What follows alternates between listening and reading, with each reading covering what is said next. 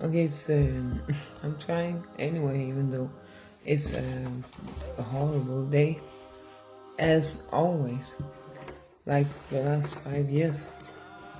Not because of how I feel, basically, about and in myself, but because of outside things coming from external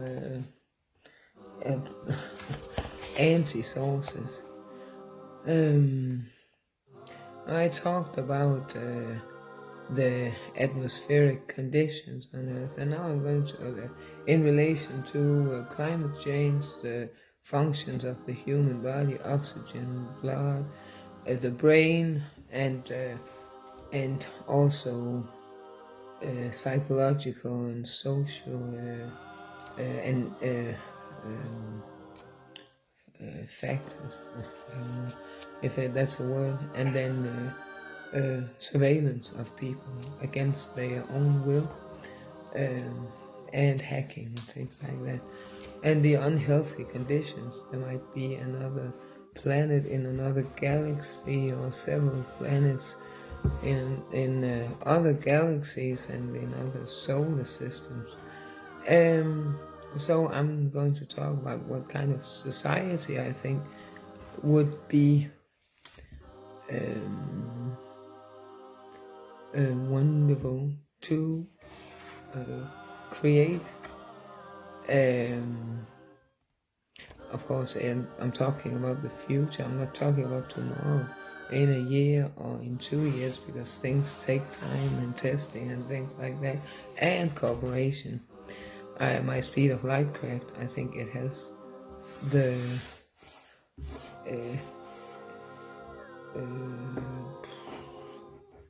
possibility. It has an eye, and who wants to join and invest in it and pay or buy shares in it to be a part of it,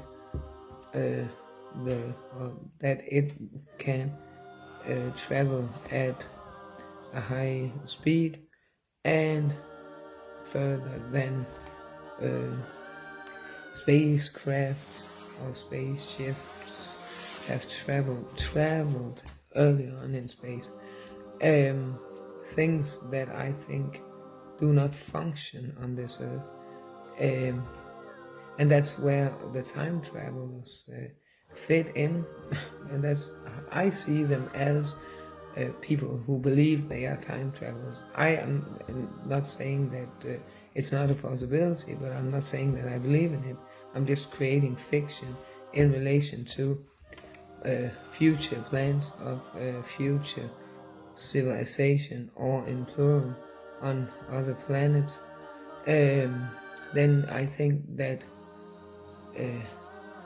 they did not fit in, and they were sent back to Earth with false information to appear mentally ill. What is important? That I have made a list here, and I'm first the list: laws, enlightenment, consciousness, conscience, boundaries, respect, no divisions, freedom, no war, group plus the individual, that kind of mentality. Like the young people, I think I see, I don't know if it's only in music videos or it's also how they live their lives. No air pollution of especially not satellites and space stations, and natural roles in relation to children. I'm going to explain that. Less technological, but and more, and which is introverted, innovation, more extroverted innovation. Okay, so laws. Now I'm going to say first, no war also means no word game wars, no biological weapons, no nuclear bombs, no guns or knives, but it's so there are laws which will be abided to. If not, the people will be sent back to Earth, and I don't know how to create fake memories, but it's in the future, so maybe, I don't know. Enlightenment, which means more than to have access, but also that everyone having access to the same information, and not anyone being kept in the shadow or being excluded, and that has to do with consciousness as well, and then conscience, which means that you understand what you do affects other people's lives. Boundaries has to do with respecting other people, not only man respecting man. There are no divisions into boxes, and no, like, it's when black people say talk about black people to get an advantage, then it gives them a disadvantage, in my view, because they say they see themselves as different. They want to get an advantage, but it's in that there's also a disadvantage included, because they label themselves as the victims of society, but they're also giving other people disadvantages because their problems and issues do not get the attention that they deserve, because freedom, which means, in a broader context or in a broader meaning of the word, that that what is normal behavior is less narrow a concept. It is that still that you have the right to see the magic in things, that you have the right to have different opinions from other people, politically, in any respect, and that things can be talked about, and that it's a bit difficult to explain, but that kind of freedom is a very narrow concept. I don't know if it's the same. It doesn't seem like it in America as in Denmark, even though if you watch YouTube, you would think, whoa, what a broad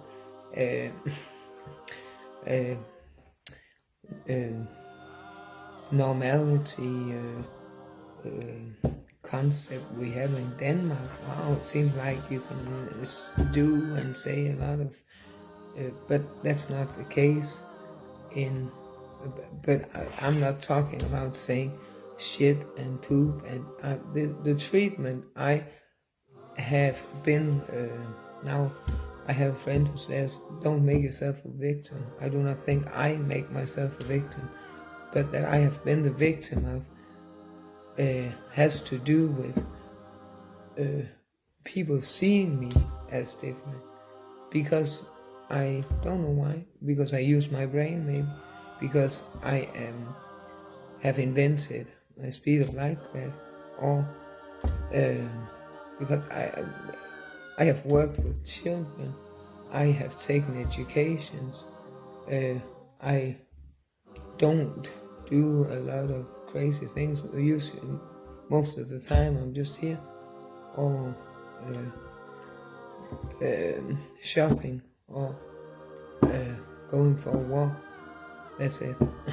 So it's very narrow. Like you don't have the freedom to say or do much. It's almost Chinese conditions, and then that's not the kind of conditions that I want in a future civilization on another or other planets.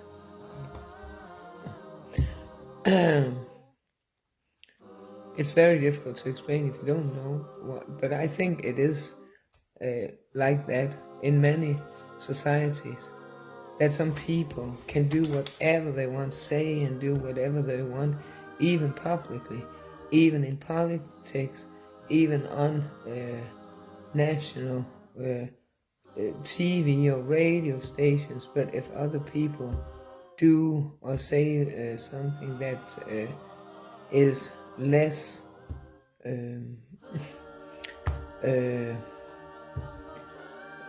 different from the norms of the society you live in, then it's always wrong. It's like it's not what you say or do, it's how you say or do it, it's how you look, it's who you know, it's what your interests are, or if you're single or married, or where you live, and your family background and things like that you are carrying around as a burden in your life. And that's not something that is wanted in a future civilization type of civilization. Then children, natural roles, that is according to the level of attachment. And how is that figured out? It's easy. Women carry children in their wombs. Children are naturally more connected to the mother, which was also the case early on, and we see that how it affects children. And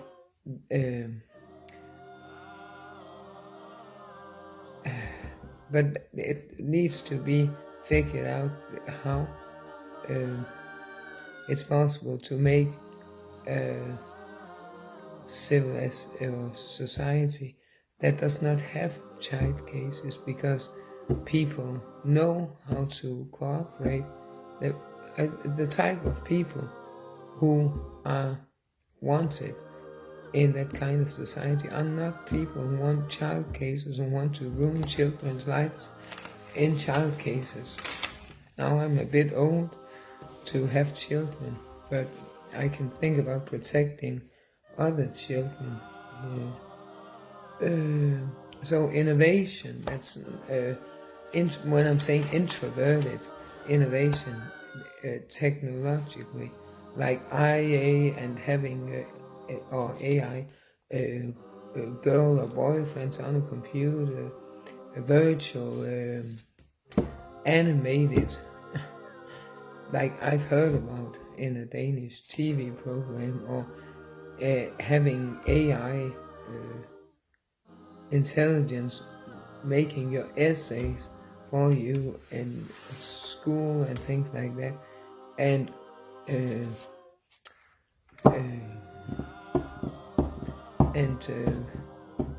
developing, making more and more advanced computer technology and virtual realities or metaverses that fuse with reality. It's not wanted. Not in my future civilization. I don't know if there's people who think that would be interesting. I think it will be. So innovation in harmony with nature, extroverted innovation.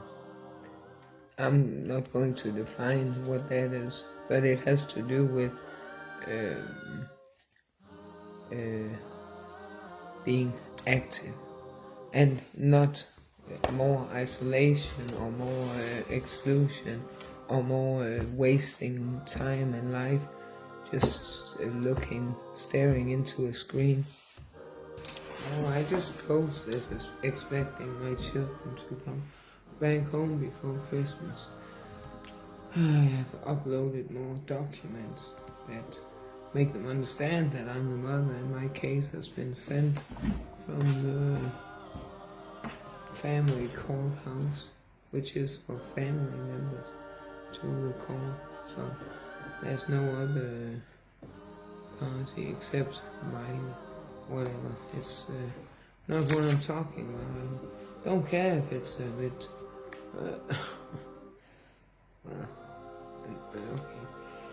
okay. That explains why my view on child cases, where I have never been really involved in the conflicts, because I'm not someone who wants to fight with being involved with other people. Okay, then furthermore, the view on the human body when it comes to medical science will be that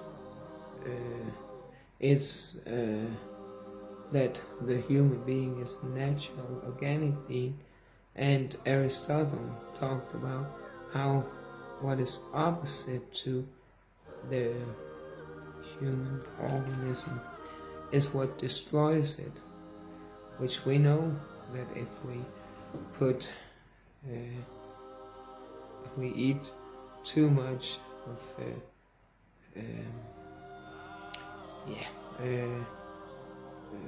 trash, which it is called in Danish, I don't know the English word, then it not only destroys but also is being not all of it is being released, and then it is destroying the organism. So that's what the view that I think medical science should be based on. Then children will be respected in their world views. That's what I always write in my applications, that I respect children's world views and see them as just as valid as the world views of a grown-up person. Because I think it's important that you understand that what level children are at, and not even in a looking down upon way, but in a way that respects children's worldview so much that you know that children are little geniuses that say and do so many funny, unexpected things that grown-ups don't, because they learn how to behave. So they have great ideas, and they have wonderfully not crooked like corrupt, but not linear or ideas and thoughts. But, and if you ask them to define different concepts, even love, they will, which I know there's a lot of that kind of videos on YouTube. It's funny to listen to, but it's more funny to be around children in an everyday, at a school or in a kindergarten. They say so many unexpected, interesting, surprising things. That's why grown-ups are often very boring, because you know what they're going to say. You can almost figure out what they will say next. Or we. Then no porn, no swinger clubs, clear boundaries on that area, so that you know that if you are going to a meeting, you can expect that it's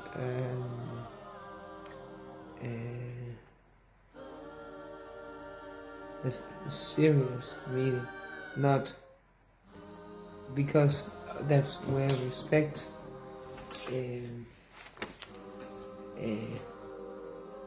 comes into the picture, or how to put it, and no divisions into boxes. That also has to do with men and women as being different. We all know that, but we don't have to in any other way than when it comes to how we urinate, and or that women give birth and men deliver the sperm, or how sexual intercourse goes on, or that women breastfeed and men do not. It's not important in work situations, or because you can like you say, if you think something is going to happen, then it will happen. So that's a part of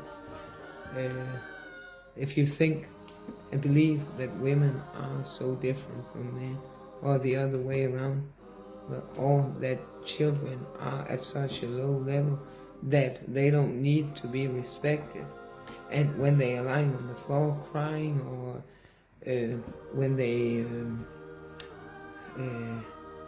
get angry, then it's because they are they have not been raised